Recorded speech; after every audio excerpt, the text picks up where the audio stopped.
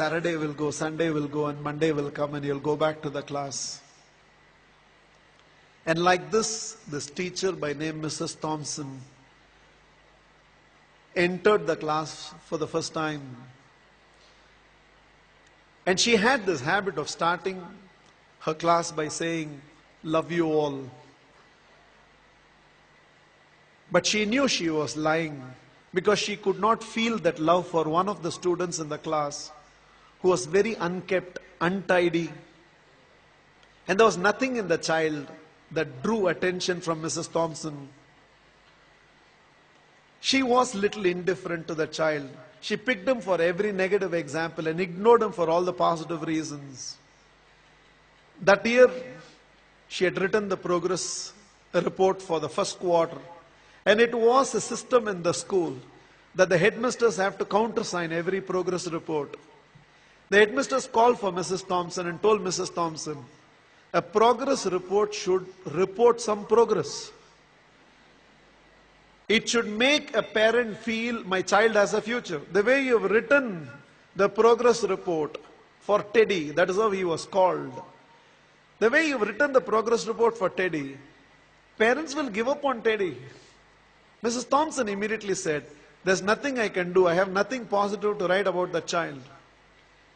Immediately, the headmasters asked the administrative staff of the school to trace the old year progress reports of Teddy and send it across to Mrs. Thompson's class.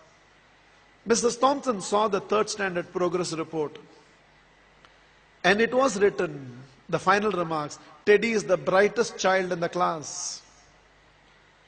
She was stunned by what she read. She saw the fourth standard progress report, and progressively all the remarks suggested that Teddy's mother was suffering from terminal cancer. She is not able to give the attention she used to give to Teddy, and it's just beginning to show up on the performance of Teddy. The fifth standard progress report read,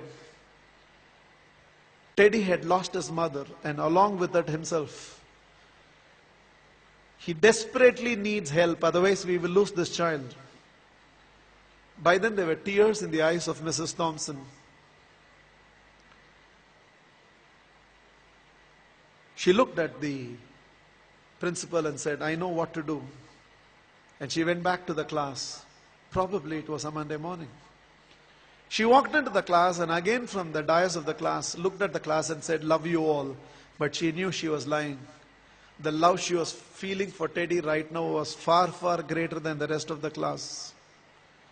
She decided that she is going to change her approach. For every positive reason, Teddy's name was called. There was no more a negative reference to the whole thing. The last day of the school came. All the children had brought some gifts for the teacher. There was only one gift which was wrapped up in an old newspaper. Somehow, the sense of a teacher, she knew that it must be from Teddy. She opened that first. A half-used perfume bottle and a bracelet from which a few stones had already fallen was there. The whole class laughed, knowing it was from Teddy. But without saying anything, Mrs. Thompson just took that half-used perfume bottle, sprayed it on her, wore that bracelet. With a quarter smile, it seems Teddy told, now you're smelling like my mother. This is the last perfume that she used before she left me. And this is what was removed from her body before she was taken into the coffin.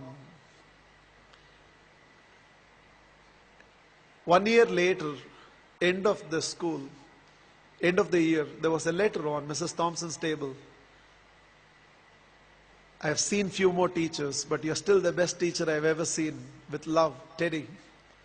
Every year till the end of the year, Mrs. Thompson used to get this letter from Teddy.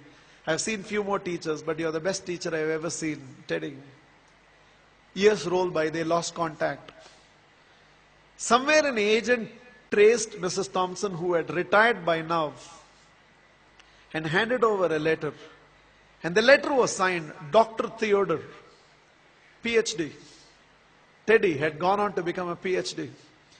And the letter read, I have seen many more people in life, Mrs. Thompson, This is your Teddy. You're still the best teacher I've ever seen. I'm getting married, and I cannot dream of getting married without your presence. Along with that enclosed were to and fro flight tickets. Mrs. Thompson couldn't resist. She no more had the perfume bottle, but she still preserved the bracelet. She wore that and went to the church. She was trying to sit in the last row, but volunteers identified and ushered her right to the front row. And right in the front row, there was a seat with a placard written, Mother.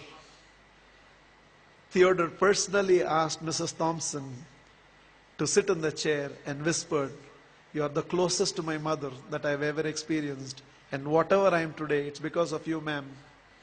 The wedding happened, and after the wedding, Theodore introduced Mrs. Thompson to his newly wedded wife. Without her, I wouldn't be where I am today. There were tears in Theodore's eyes. It seems Mrs. Thompson told the newly wedded woman, "Without Teddy, I would have never realized a teacher must first be a mother to every student of hers, and only then a teacher."